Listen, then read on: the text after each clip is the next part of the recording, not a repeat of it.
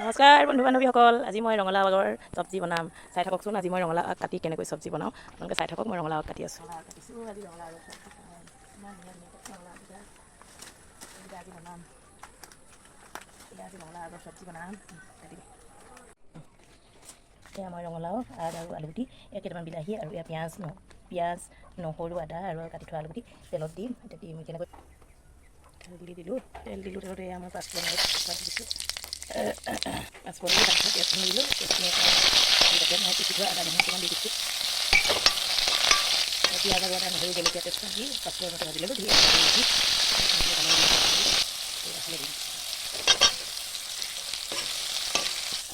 হালধি দি অকণমান ভাজিম।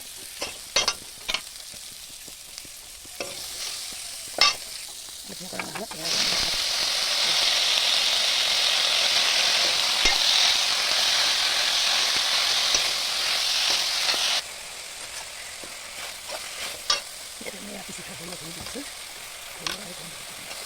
শুকান বিলাহী আৰু সৰিয়হ অকণমান দি অকণমান দেৰি ভাজিম। পানী অকণমান দি ভাজি দিম। মিক্সাৰ জাৰটো মই অফ দি তাৰপিছত পানীখন দি দিলোঁ। অকণমান দেৰি লৰাই অকণমান দেৰি ঢাকি ভিজিছে আৰু হৈ গ'ল। এতিয়া গৰম গৰম ভাতৰ লগত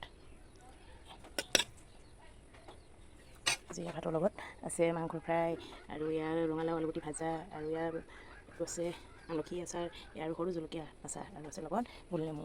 খাই লওঁ দেই।